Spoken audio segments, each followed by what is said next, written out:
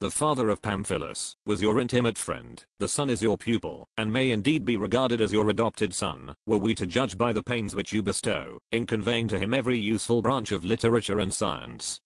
You are no more wanting, I'm persuaded, in prudence, than in industry. I shall, therefore, communicate to you a maxim, which I have observed with regard to my own children, that I may learn how far it agrees with your practice. The method I follow in their education is founded on the saying of an ancient, that students of philosophy ought first to learn logics, then ethics, next physics, last of all the nature of the gods. This science of natural theology, being the most profound and abstruse of any, requires the maturest judgment in its students, and none but a mind enriched with all the other sciences, can safely be entrusted with it. Are you so late in teaching your children the principles of religion?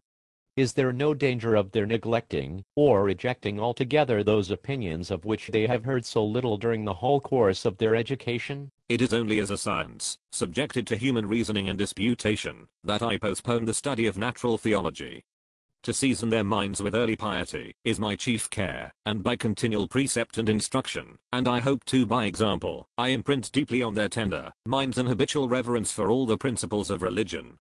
While they pass through every other science, I still remark the uncertainty of each part, the eternal disputations of men, the obscurity of all philosophy, and the strange ridiculous conclusions, which some of the greatest geniuses have derived from the principles of mere human reason.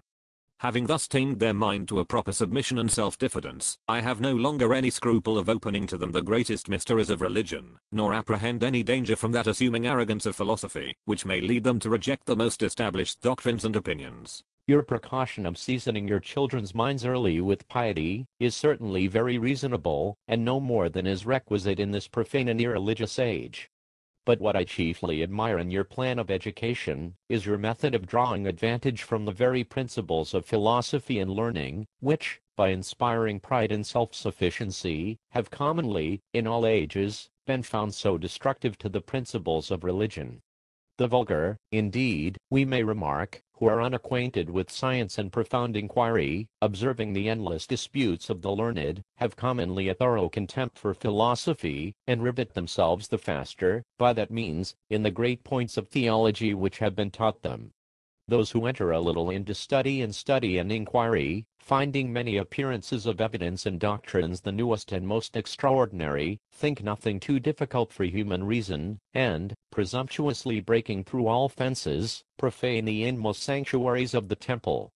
But Cleanthes will, I hope, agree with me, that, after we have abandoned ignorance, the surest remedy, there is still one expedient left to prevent this profane liberty.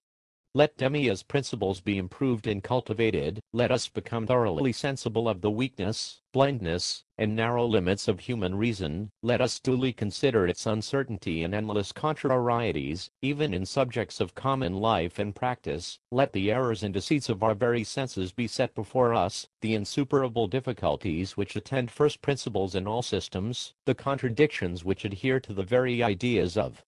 matter, cause and effect, extension, space, time, motion, and in a word, quantity of all kinds, the object of the only science that can fairly pretend to any certainty or evidence. When these topics are displayed in their full light, as they are by some philosophers and almost all divines, who can retain such confidence in this frail faculty of reason as to pay any regard to its determinations in points so sublime, so abstruse, so remote from common life and experience? When the coherence of the parts of a stone, or even that composition of parts which renders it extended, when these familiar objects, I say, are so inexplicable, and contain circumstances so repugnant and contradictory, with what assurance can we decide concerning the origin of worlds, or trace their history from eternity to eternity?